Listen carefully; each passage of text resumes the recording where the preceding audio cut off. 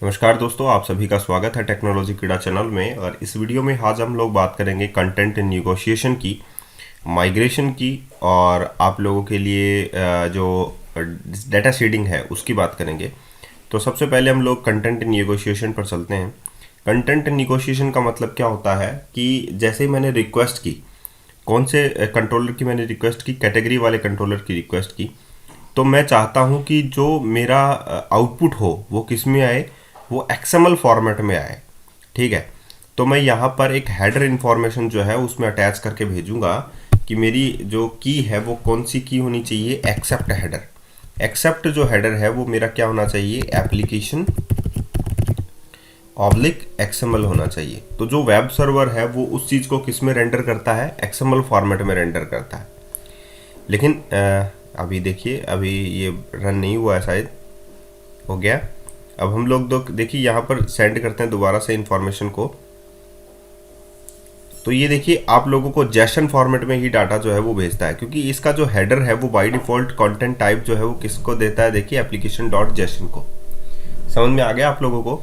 लेकिन हम लोगों को, अगर हम लोगों ने यहाँ पर एक्सेप्ट एप्लीकेशन डॉट जैसन लिखा, एप्लीकेशन डॉट जैसन लिखा, तो आप लोगों का डाटा जो है वो जैसन फॉर्मेट में आ जाता है। ये देखिए आप लोगों का जो कंटेंट टाइप है वो जेसन आ जाता है, लेकिन डिफॉल्ट में भी ये जेसन दे रहा है। और जबकि मैंने एक्सेप्ट हेडर में क्या भेजा है, उसको जेसन भेजा है। तो यहाँ पर हम लोगों को क्या करना पड़ेगा, कंटेंट निगोशिएशन करना पड़ेगा। कंटेंट निगोशिएशन के लिए आप लोग startup dot C S file के अंदर यहाँ पर ऐड कर सकते हैं MVC। और यहाँ पर देखिए कंट्रोलर के बाद आप लोग यहाँ पर ऐड कर सकते हैं services dot add MVC dot add XML serializer formatter. ठीक है, जैसे ही आप लोग ये ऐड करेंगे तो आप लोग क्या कर सकते हैं, XML फॉर्मेट में एक्सेप्ट हेडर को अगर आप लोग XML फॉर्मेट में चाहते हैं तो आप लोग जो आउटपुट है वो किस में ले सकते हैं, आप अपना XML फॉर्मेट में आउटपुट जो है API का ले सकते हैं। तो ये भी एक अच्छी चीज़ है कि आप लोगों को किस चीज़ में जो है आउटपुट चाहिए है, क्लाइंट को किस चीज़ में आउटपुट चाहिए है, XML फॉर्मेट में चाहिए या किस में चाहिए, वो उस चीज़ के लिए वो बताया जाता है। जैसे कि अब मेरे पास देखिए, मैं गेट कैटेगरीज करना चाहता हूँ एक्सेप्ट हेडर जेसन में। अगर मैं चाहता हूँ तो मैं जेसन में रिट्रीव कर लेता हूँ, यहाँ पर बॉडी जो है वो जेसन में आ जाएगी। लेकिन अगर मैं एक्सेप्ट हेडर में यहाँ से मुझे भेज देता हूँ कि मुझे आउटपुट जो है वो XML फॉर्मेट में चाहिए है, तो यहाँ पर आउटपुट आप लोगों का XML फॉर्मेट में आता है। ये देखिए एरे ऑफ कैटेगरीज आ गया, अपने आप ही बना देता है ये categories ID 1, title Microsoft and display order 6। तो ये XML डाटा में आप लोगों को आउटपुट मिलता है। इसे हम लोग बोलते हैं कंटेंट निगोशिएशन। ठीक है, कंटेंट निगोशिएशन के बाद आप लोगों ने एक चीज़ नोटिस की होगी कि आप लोगों के पास सब कुछ है, लेकिन अभी जो माइग्रेशन जो हम लोगों ने किया है, जैसे कि कैटेगरी कंट्रोलर आप लोगों के पास है, मॉडल के अंदर हम लोग कैटेगरी के अंदर चलते हैं। यहाँ पर देखिए डिस्प्ले ऑर्डर आप लोगों के पास है,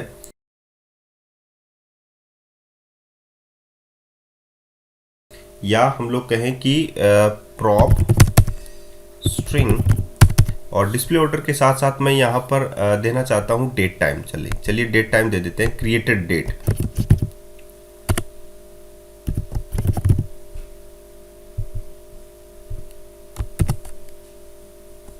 ठीक है, और यहाँ पर मैं दे देता हूँ क्रिएटेड डेट इक्वल्स टू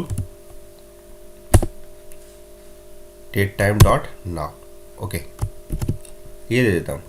अब मैं यहाँ पर इसको रन करता हूँ एक बार के लिए, और जैसे ही मैं इसको रन करूँगा तो आप लोग देखना कि आउटपुट क्या आता है। ठीक है,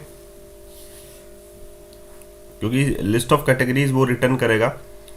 ठीक है, और मैं यहाँ पर ये जो पोस्टमैन है इसमें इसको रिट्रीव करूँगा इन्फॉर्मेशन को, तो आप लोगों का आउटपुट क्या आता है। ठीक है, या हम लोग ब्राउज़र के अंदर भी इसको रिट्रीव कर सकते हैं। जैसे कि यहाँ पर मुझे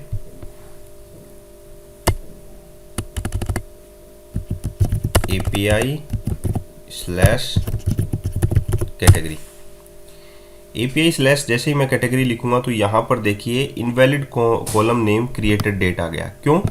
क्योंकि ये डाटाबेस के अंदर नहीं डला अभी तक। ये अभी तक आप लोगों के मॉडल में है, और आप लोगों ने जो डाटाबेस क्रिएट किया था startup.cs के अंदर, अगर आप लोग देखें तो अभी आप लोगों ने ये क्रिएट किया था ये वाला। अभी मैं स्टॉप कर देता हूँ उसको, और यहाँ पर आप लोग देखिए कि आप लोगों ने जो डाटाबेस क्रिएट किया था वो एप्लीकेशन डीबी कॉन्टेक्स्ट के जरिए किया था, और यहाँ पर आप लोगों ने लिखा था context.database.ensure created। ये सिर्फ और सिर्फ एक बार डाटाबेस जो है वो क्रिएट करता है, तो हम लोगों को इसकी ज़रूरत नहीं होगी, क्योंकि हम लोगों को मॉडल में बहुत बार जो है चेंजेस करने पड़ेंगे, और अगर मॉडल में चेंजेस हुआ तो आप लोगों का सब कुछ सिस्टम जो है वो गड़बड़ा जाएगा। तो आप लोगों को क्या करना है, आप लोगों को सिंपल स्टेप करना है माइग्रेशन। माइग्रेशन करने के लिए सिंपल सी बात है, आप लोगों को टूल्स में जाना है, और यहाँ पर आप लोगों को न्यूगेट पैकेज मैनेजर कंसोल में जाना है, या डायरेक्टली आप लोग सर्च भी कर सकते हैं। और यहाँ पर आप लोगों को माइग्रेशन अप्लाई करना है, ऐड माइग्रेशन, और यहाँ पर हम लोग दे देते हैं इनिट, यानी कि इनिशियलाइजेशन है माइग्रेशन का, या add database to add category to database. यहाँ पर देखिए ये आया आप लोगों के पास, the term add migration is not recognize as the name of CMD let. इसका मतलब है इसमें टूल्स पैकेज नहीं है, तो हम लोग जस्ट इसमें टूल्स पैकेज डालेंगे, मैनेज न्यूगेट पैकेज, और यहाँ पर आप लोग टूल्स लिखेंगे, टूल्स microsoft.entity-framework-core.tools, और यहाँ पर हम लोग जो हैं 5.0 के अंदर काम कर रहे हैं, तो हम लोग यहाँ पर लिखेंगे 5.0.12 पैकेज। इंस्टॉल कर लेते हैं और एक्सेप्ट कर लेते हैं इस चीज़ को, और उसके बाद में हम लोग जो हैं ये पैकेज इंस्टॉल हो गया टूल्स वाला। इसके बाद में हम लोग माइग्रेशन जो है वो अप्लाई करेंगे, इनिट दोबारा से अप्लाई करते हैं, और आप लोगों का माइग्रेशन जो है आप लोगों का माइग्रेशन हो चुका है। आप लोगों के पास माइग्रेशन की जो फाइल है आप लोग देख सकते हैं, इनिट के नाम से, इनिट माइग्रेशन के नाम से ये बन चुकी है।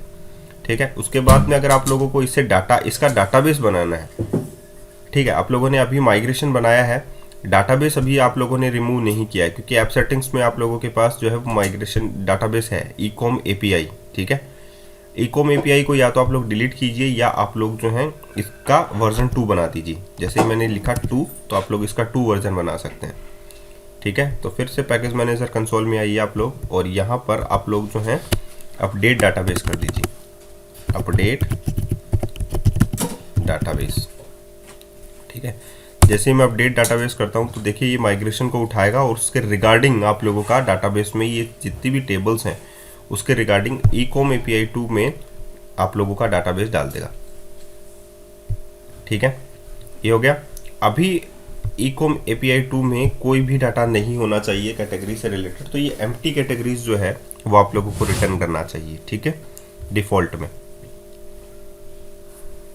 ये हो गया, और हम लोग गेट में ही जाकर देख लेते हैं, try it out and execute.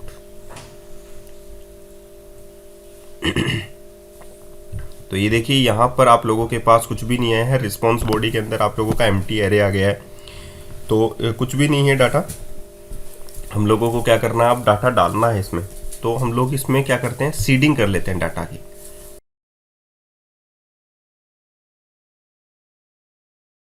और डाटा की सीडिंग हम लोग कहाँ पर करेंगे, अब हमारी एप्लीकेशन डीबी कॉन्टेक्स्ट फाइल में। तो यहाँ पर चलते हैं एप्लीकेशन डीबी कॉन्टेक्स्ट, और यहाँ पर एक और मेथड जो है क्रिएट करते हैं, ओवरराइड लिखें आप लोग यहाँ पर, और ओवरराइड के अंदर आप लोगों के पास डिफरेंट टाइप के मेथड्स आ जाते हैं।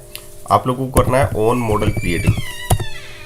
ठीक है, जैसे आप लोग इसको ऑन मॉडल क्रिएटिंग को सर्च करते हैं तो ऑटोमेटिकली इसकी सिंटेक्स बन जाती है, बस एंटर आप लोगों को प्रेस करना है उस पर। इसको हटा देते हैं यहाँ पर।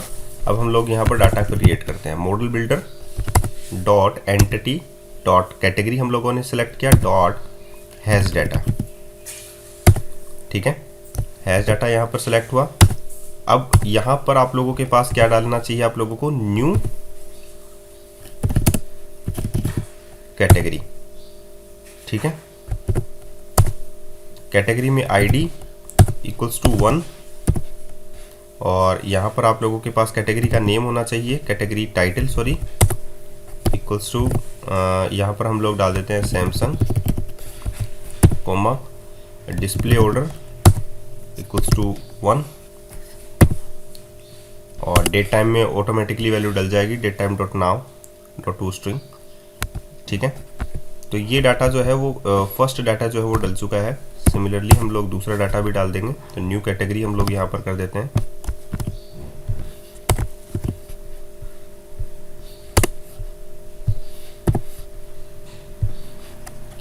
ID इज टू,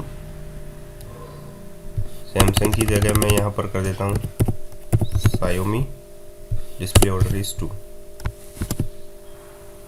ठीक है, तो यहाँ पर ये जो वैल्यू है वो इंसर्ट कर दी गई है। ठीक है, तो यहाँ पर मैं सेव कर देता हूँ। उसके बाद में दोबारा से मैं यहाँ पर माइग्रेशन अप्लाई करूँगा। ठीक है, बैटरी लो, तो पैकेज मैनेजर कंसोल, यहाँ पर देखिए ऐड माइग्रेशन यूनिट है। तो मैंने क्या किया था, सीडिंग डाटा किया था। तो सीडिंग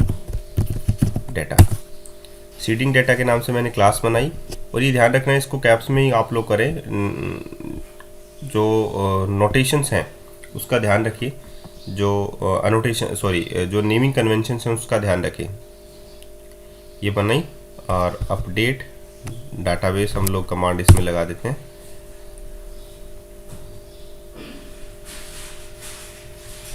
ओके, अपडेट डाटाबेस हो गया। अब हम लोग इसको क्या कर लेते हैं, एक बार के लिए रन कर लेते हैं।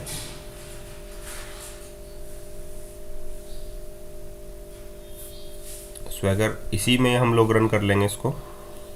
API ट्राइट आउट, स्वैगर EI में ही कर लेते हैं एग्जीक्यूट, और आप लोगों को जो डिजायर्ड रिजल्ट है वो इसमें मिल जाएगा।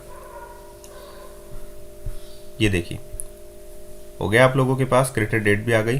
तो ये सारा का सारा मटेरियल जो आप लोगों ने सीखा है वो है कंटेंट निगोशिएशन, आप लोगों ने देखा है। माइग्रेशन कैसे अप्लाई करते हैं वो आप लोगों ने देख लिया है। ठीक है, इसमें आप लोगों ने माइग्रेशन अप्लाई कर लिया है, और इवन आप लोगों ने ये भी क्रिएट कर लिया कि इंश्योर डाटाबेस जो है वो क्या होता है, इंश्योर डाटाबेस जो क्रिएशन होता है वो क्या होता है। ठीक है, तो आज के लिए इतना ही, फिर मिलते हैं एक अच्छे से नए वीडियो के साथ। धन्यवाद।